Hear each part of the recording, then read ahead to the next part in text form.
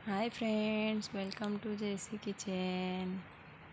नमस्कार बंधुगण आपको आम यूट्यूब चैनल जेसी किचन को स्वागत जनाऊँ।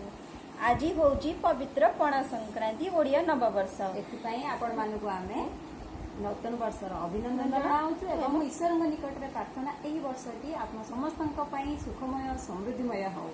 आज घरे घरे बेलपणा हुए ओडिया सारा से आज बेलपणा प्रस्तुत करवा गोटे नुआ ढंग से एवं आपन अनुरोध या थे घर खाई पी केमी लगुच कमेंट्स कर भल लगे आम चैनल को लाइक करंतु एंड शेयर करंतु। वर्तमान देखंतु बेलटा को आमे फटै देचु। बेल फटेला परे आमे गोटे चामच रे भल भाबे रे कोरिकी गोटे पात्र रे आमे रखी दबा। देखंतु एई भली भाबे कोरी देला परे देखंतु एबे पानी मिसाई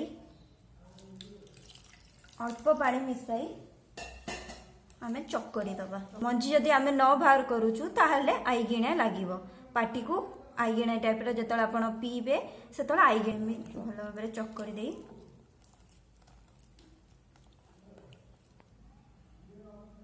देखंतु एबे हाँ सूता सूता जेपरी अट्टा चकुड़ा हुए से टाइप चकड़ी भल भाव चकड़ी दिंतु एभली भावे चकड़ी सारा परे एभली भावे आमे रसी एवं एसबू मंजी बाहर यहीपरी भावे आमे चिपुड़ी दबा। देखंतु आउ एवं रसी थी मंजी थी यही भावे द्वितीय थर चकड़ी दबा। चकड़ी की तार रस आम भल भाव यही भाव देखंतु बाहरी गला परे पुणी नथिबो जेंती देखंतु एवं चिपुड़ी की भल भाव चिपुड़ी ए सबु बाहर करदबा। एबे आमे बेलरू भल भाव रस बाहर कर। वर्तमान एबे बेल रस रे आमे नड़िया कोरा पकेबा। गोटे नड़िया कोरा को भल भाव कोरी देइचु। एबे नड़िया कोरा पड़ला।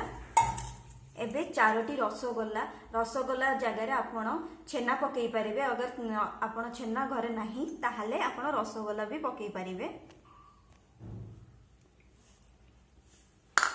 बूंदी मीठा बूंदी जहा गोटे कप मीठा बूंदी सेओ भल भाव चोपा चढ़ई काटिकी सेओ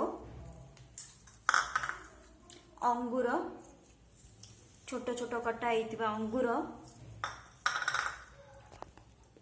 चीनी सती अधिक ताहले आपण मीठा अधिक आमे रसगोल्ला जेहेतु आमे रसगोल्ला पकेइचु सेइथि पई आमे चीनी कम पकेबू। आपण जदि चाहि पारंती अधिक भी पकेई पारंती। एई सब एबे आमे भल भाव गोलाई ड्राई फ्रूट्स रे आमे काजू और किशमिश रखीचु आमे भल भाव गोलाई दबा। वर्तमान रसगोल्ला टाको आमे भल भाव एई भली भाव चकुड़ी दबा एवं गोलाई दबा। देखंतु गोलाई दबु एवं प्रस्तुत हो गला आपनकर बेलपणा। वर्तमान आपनकर प्रस्तुत हो जाई बेलपणा। आपण को घरे प्रस्तुत करंतु एवं पी की कहंतु केमिति हेची एवं आपण हम चैनल को सब्सक्राइब करंतु, लाइक करंतु एंड शेयर करंतु।